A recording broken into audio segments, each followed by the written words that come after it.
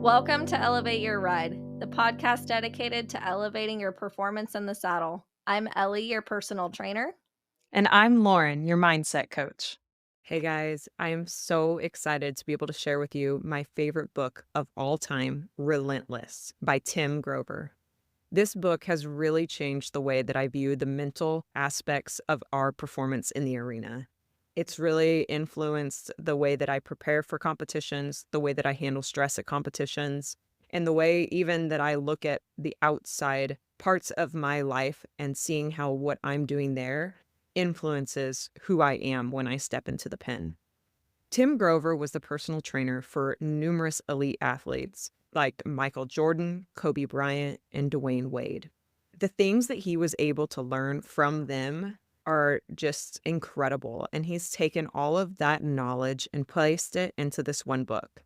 So I'm really excited to go chapter by chapter with you, pull out a few different quotes, talk about the different themes, and see how you can use this not only in the arena with your horse, but use it in your real life to be the best person that you can be in every single endeavor that you face. So let's just go ahead and dive in. We're going to start with chapter 1. And oh, that's another thing that I really enjoy about this book. Tim Grover does not believe in luck. He believes that hard work is what will determine whether or not you are successful. And I've taken that principle and just kind of run with it. And so a big thing is if I want to do well, I don't hope to get lucky. I hope to work hard. And I know that if I go and seek the knowledge that I am lacking, I'm setting myself up for success. And if it goes right or wrong when I step into that arena, all of the burden falls on me. So the number of chapters that are in this book are 13.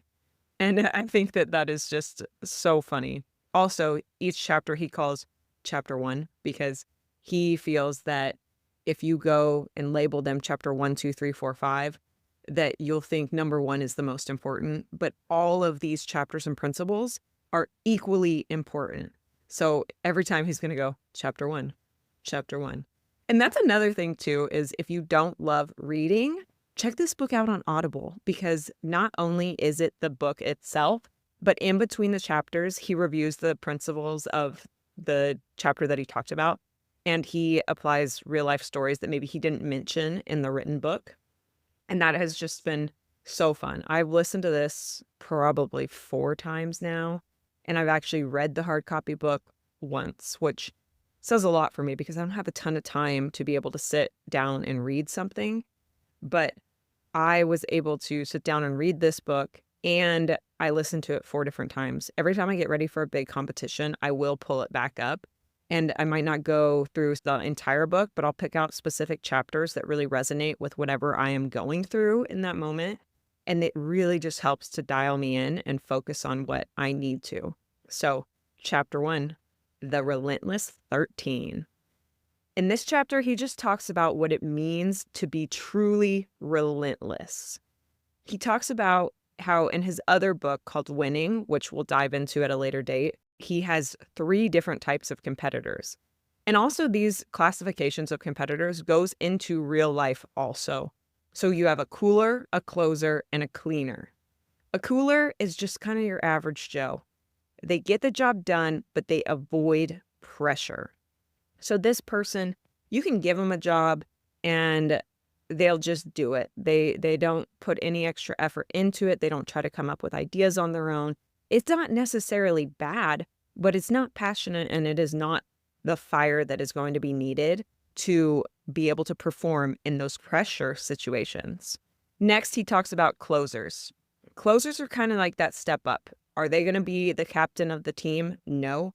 But will they be able to be relied upon in a pressure situation to get something done if you give them direction on how to do it? Absolutely. These people are great to have on your team, great to come alongside you, great to support you, and great to make sure that you are able to get things done. And then a cleaner, which is the Michael Jordan, the Kobe Bryant, and what I always strive to be in a few key areas of my life. Cleaners take control, thrive under pressure, and never stop. Now, it's unrealistic to think that you can be a cleaner in every single aspect of your life. It just demands too much time and energy from you. But if you're a stay-at-home mom, you can be a cleaner being a stay-at-home mom by making sure the kids are out the door on time, making sure the lunches are packed, making sure that the buck stops with you. Even if you're a bus driver, that's one thing that he talks about in there, is a bus driver can be a cleaner by somebody walking in and they make sure that every bus stop they get to on time. They make sure that the kids get on the bus. And if anybody tries to mess with that bus, they say, no, this is my bus. This is the schedule that we're on. And we are sticking to it. And the ultimate cleaners that we like to look up to, are CEOs, top performing athletes. They're the ones who make decisions, don't question it, trust themselves. They are relentless. The quote that I love from this book and this chapter is, being relentless means demanding more of yourself than anyone else could ever demand of you, knowing that every time you stop, you can still do more. I'm going to read that again to you. Being relentless means demanding more of yourself than anyone else could ever demand of you, knowing that every time you stop, you can still do more. Wow. Like, what a powerful statement. And this is exactly why you can't be a cleaner in every part of your life, because it is just going to drain you. But being a cleaner where it counts is going to fuel you and inspire you and push you to accomplish more than you have ever imagined. So if we talk about being cleaners with our horses and with our competition, that means that we are putting in the effort that we need to in order to be great. This does not just mean hours in the saddle. This does not just mean hours in the gym.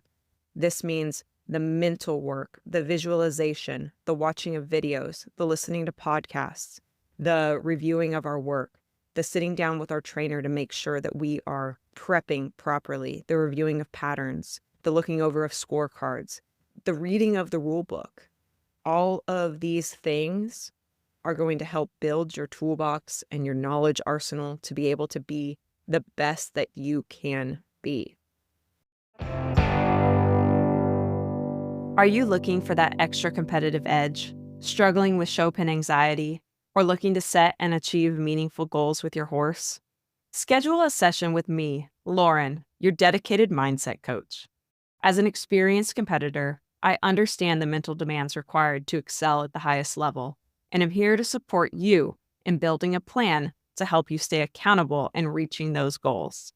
For more information, check out laurencervelli.com or click on the website link in our show notes. Let's work together to elevate your ride. Hi, everyone. It's your personal trainer, Ellie. If you're looking to become a stronger, more balanced, and flexible rider, I'm here to help. I offer virtual personal training sessions and customized workout plans that you can complete on your own. As a fellow competitor, I understand the physical demands riding requires, and my goal is to help you perform your best for your horse, whether you're preparing for a show or just want to improve your everyday rides. Visit lopeanddowntherailfitness.com or click on my website tab in the notes of this podcast episode to learn more. Let's work together to elevate your ride. So let's take a look. Let's take a think of that. Where do you feel that you are being a cooler, a closer, and a cleaner in your life? Are you okay with the answers that you came up with? And it's okay if you're not a cleaner anywhere. Some of us don't want to be cleaners. And I think that's one of the biggest things is we need to meet ourselves where we're at and where we're capable. And if we want to be just coolers and closers, that's okay, but don't get mad when you're not being a cleaner and not getting the results that cleaners get, because each one is going to have different levels of performance. And it's just a matter of accepting that that's where you are comfortable being, and there's nothing wrong with that. So just really sit with that and think, what areas am I a cooler, a closer, and a cleaner. To make it a little bit light, we'll talk about the different areas of life outside of horses where I feel like I'm a cooler, a closer, and a cleaner.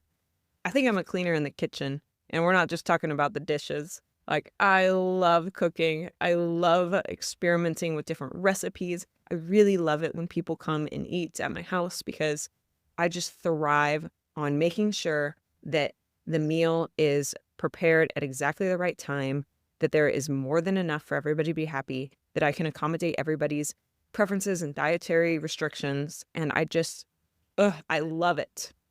Now, where I'm a cooler, absolutely, I get the job done, but I really try to avoid any pressure about it, is cleaning the house.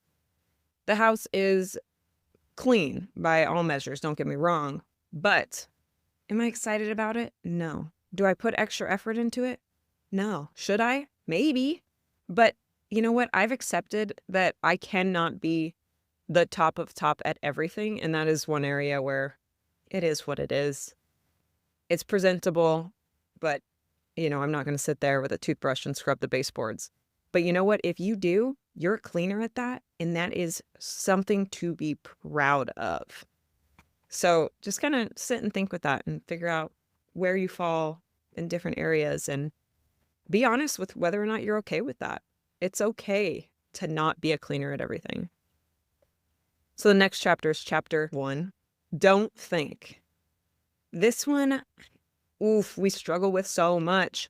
The main theme is all about trusting your instincts and training. That is where I like to use the quote. This was not in the book, but the antidote to anxiety is action. Let's not just sit here and overthink about whether we're prepared. Let's put the time in to make sure that we are prepared. And that's what this talks about. So by going through the motions of practice, of watching the videos, of doing all your visualization, you're able to, when the pressure moment comes, not have to think about it. You can just react. Your subconscious takes over. That's when you have subconscious competence and a whole nother level can be unlocked for you. A quote from this chapter is, decide, commit, act, succeed, repeat. And I know that those are all just basic words strung together, but that's really what it takes for you to be a great athlete. Is something comes to you, a situation in the pen, let's just say your horse starts to spook an trail obstacle. You need to decide how you're going to respond, commit to whatever actions you're going to take in remedying it, act, so actually do it. Actually do what you've decided and committed to do. Succeed, get your horse through it, and then repeat over and over and over. Decide, commit, act, succeed, repeat. There's a difference between overthinking and visualizing yourself doing something in order to prepare for any situation. So a lot of times we'll find ourselves overthinking, worrying about, oh man, what if this goes wrong? What if that goes wrong? Well, let's turn that into something positive by visualizing something going wrong, but then take it a step further and visualizing how we are going to fix it when it happens. Because let's be honest, we're riding 1,200-pound animals, and these horses have a mind of their own, and sometimes things will not go as planned. Most of the time, things won't go as planned. So let's have every situation that we can think of thought out and have solutions provided to them. Don't just sit in the, oh man, what if he spooks? Sit in the, oh man, what if he spooks? Well, then I'm going to do X, Y, and Z. These are also great introductions to conversations to have with your trainer of, hey, when I visualize this, I keep imagining myself getting the wrong lead. What is this saying to me, and how can I make sure I don't get the wrong lead? This can open up really, really thought-provoking and thoughtful conversation to be able to, for your trainer to maybe break down how you would pick up the correct lead, or what maybe your subconscious is telling you that you're weak at. And then your trainer can say, hey, yeah, let's work on this the next time we get together and really make sure that you feel confident there. I think a lot of times our overthinking and doubts should be treated as opportunities for learning, growth, and conversation. And so that's what's really, really fun about this chapter here, because it talks about developing those thoughts and using them for the betterment of you.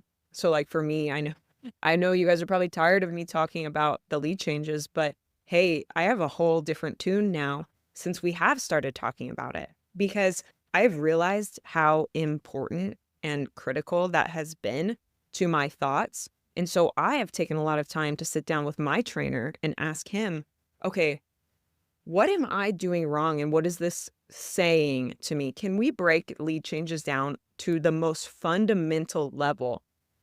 Pretend I'm not a level 3 world champion horsemanship rider. Pretend I am your very beginner person coming to take a lesson. And you know what? When we broke it down to those very, very basic steps then I started doing the very, very basics, my confidence has skyrocketed in this area. I am no longer afraid of lead changes. I do them every single day now. But if I had not acknowledged the fact that I keep ruminating on those thoughts, I would have never been able to have that conversation and never been able to admit that I was afraid of them. And I would still be stuck in that same pattern. So really look at where you're overthinking, use it as a springboard to get better. Hey, Elevate Your Ride fans. Are you loving our show and looking for a way to show your support? Check out our line of Elevate Your Ride merchandise. From stylish t-shirts to cozy hoodies to journals and hats, we have everything you need to represent your favorite podcast. Ready to gear up? Click on the Buy Our Merchandise Here link in the podcast notes, or head on over to our website, elevateyourride.co, and click on the Store tab. Thank you for your support. Make sure to like, follow, and share our platform with your friends. Hey everyone, thanks so much for tuning in to Elevate Your Ride. We're so excited to continue helping you elevate your performance in the saddle. To keep bringing you quality content and information, we're asking you to help us. Tell your friends about us on our podcast, like and share a meaningful quote you saw on our social media, write us a review on Spotify or Facebook. You can also join our Facebook group and ask all your health and fitness questions, or maybe post a success story to motivate another amateur. Your engagement really helps us support and encourage the equestrian community. We're also inviting sponsors and supporters to help us build our show. As a sponsor, starting at just $150, you'll receive marketing on our podcast, website, and growing social media platforms for your business. It's the perfect way to connect with the equestrian community and showcase your brand to our dedicated listeners. And for our supporters, your $50 contribution gets you a shout out on our social media and website. Every bit of support really helps fuel the show and helps us inspire and motivate equestrians. So if you're interested in learning more about that, you can scroll down to the show notes of this episode and look for the Become a Supporter or Become a Sponsor links and click on those to get some more information. Thank you for listening. We can't wait to continue expanding our platform and helping you elevate your ride. The next chapter, chapter 1, you can't be afraid of the dark. This is an interesting chapter because it talks about the dark side of competition, the dark side of being a cleaner, and the sacrifices that you must make in order to achieve what you want. And it's just so interesting. It's one that you'll have to actually dive in, listen to, read, ruminate on, because, in order to be a cleaner, it's not always pretty. We sacrifice family life. We sacrifice personal life. We sacrifice things that normal society tells us are important, but we do it because this is what we are most passionate and driven and fueled by. The dark side is about taking those tendencies and urges and controlling them and using them as fuel for a fire, not a forest fire. And so there's a big difference, because when we let that dark side of us take control, everything around us will burn and explode. But if we use that dark side for us, we can accomplish more than you ever imagined. So the key quote here is that cleaners don't want to be asked about their personal lives. They just do the work and they shut up about it. And I think that sometimes we get bogged down in the muck and the story. And realistically, when you're a cleaner in whatever event that you are doing, you just want to put your head down, get to it, get the job done. And I think that that is really a cool place to be in. So let's think about, how can you use the adversity that you've been dealt as fuel rather than letting it defeat you? Is your adversity maybe that you don't have the resources available that maybe your competitor does? Are you going to let that kind of beat you down and make you bitter and angry? Or are you going to let that be inspiration to you to say, let's get creative and figure out a way for me to work around this? Because maybe I can't have a 7-figure annual income. Not many of us can, very, very few, but you can have a 7-figure annual income work ethic, and you can put that into the area where you are most passionate and fueled about. Do you think that there's a healthy way to tap into your dark side for motivation? Can you use any of those chips on your shoulder or anger to allow you to step up in moments of need? Or do you think that that's impossible? I mean, some of us might think that if you allow the dark parts of you to be showing, that it's just going to get out of control. And by saying the dark side, I don't want you to think that we show this to the entire world. This is just a conversation with you and yourself. This dark side is a conversation that you have when you look in the mirror, and that little inner voice that talks back at you and doesn't always say the nicest things. What are you going to do with that voice? We can try to silence it, or we can lean into it and say, what are you trying to tell me? And how can I prove that voice wrong? So I think that that's a really, really interesting piece to being able to have emotional control and really tap into that and let it fuel you to be the best competitor you can. Next chapter, chapter 1. This is what you signed up for. The main theme in this is owning the responsibility of being great. You ever thought about that? That being great is a responsibility that you have to have? Being great, yeah, sure, it's a gift, but being great, it realistically is a responsibility, a liability, and something that we don't need to take lightly or take for granted. Being great comes with extra pressure and extra expectations, both from ourselves and from those around us. Most of it comes from ourselves and from within. And the best of the best, the cleaners of the world, they don't complain about this pressure or expectation. They thrive on it. They put that bar that they have set for themselves right in front of them and say, I'm going for it because I know I can and I know I will. A key quote from this chapter is, if you want to be the best, you have to pay the price. You have to pay the price of the long nights. You have to pay the price of missed dinners. You have to pay the price of soul focus. Being the best isn't free, but being the best is worth it. So when was a time that you felt pressured from your greatness, your gift, whether that was at work or in the show pen? And were you able to use that as inspiration, or did it burden you?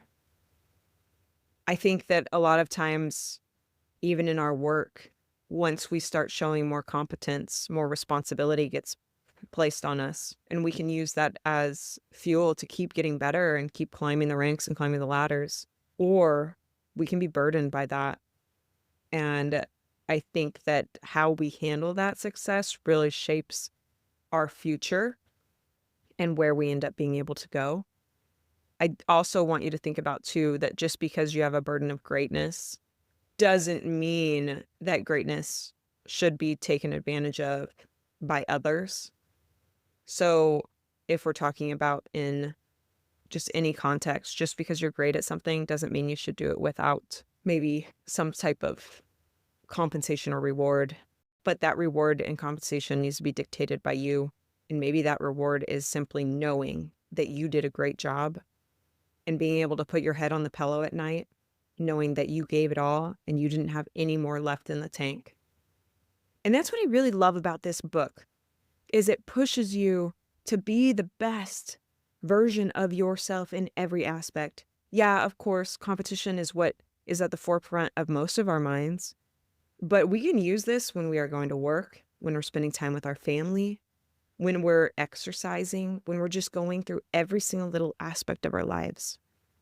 Pick an area that you want to be a cleaner in this week, and you go try it. See what it takes. See what sacrifices it needs. See what it kind of brings up within you. See where it fuels you, where it pushes you, where it challenges you, where it makes you doubt. And lean into that as a talking point for either yourself and your friends or your trainer, and see what you can become. I think you are going to have so much fun listening to this book or reading this book. Sorry, I'm a big Audible fan, so definitely check it out there if you can. But if not, be sure to check out our link to Amazon on where to buy this book. It is well worth it. I love it. It's a must-have. It's a must gift. And I think you're going to be really excited to continue to listen to see where we go with it. All right. Remember, stay relentless. Thank you for listening to Elevate Your Ride. Find us on Instagram and Facebook, all linked in the podcast notes. We'll see you next time.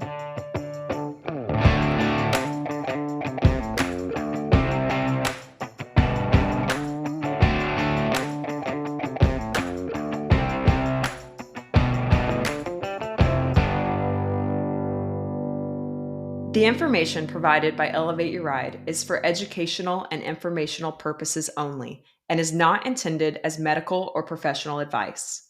While we discuss health and fitness topics related to equestrians, the content provided through this podcast is not a substitute for professional advice. The views expressed by the host and guests on Elevate Your Ride are their own and should not be taken as professional guidance. We strive to provide accurate and up-to-date information, but we cannot guarantee that the information will be applicable to every individual listener or that it reflects the most current research or guidelines. Before making any changes to your health and fitness routine, we strongly recommend consulting with a qualified professional who can provide personalized advice based on your individual needs and circumstances. Elevate Your Ride and its creators will not be liable for any direct, indirect, consequential, special, exemplary, or other damages arising from the use of information on this podcast. Thank you for listening to Elevate Your Ride. We are committed to providing high-quality content and appreciate your trust in us as a source of information for your health and fitness journey.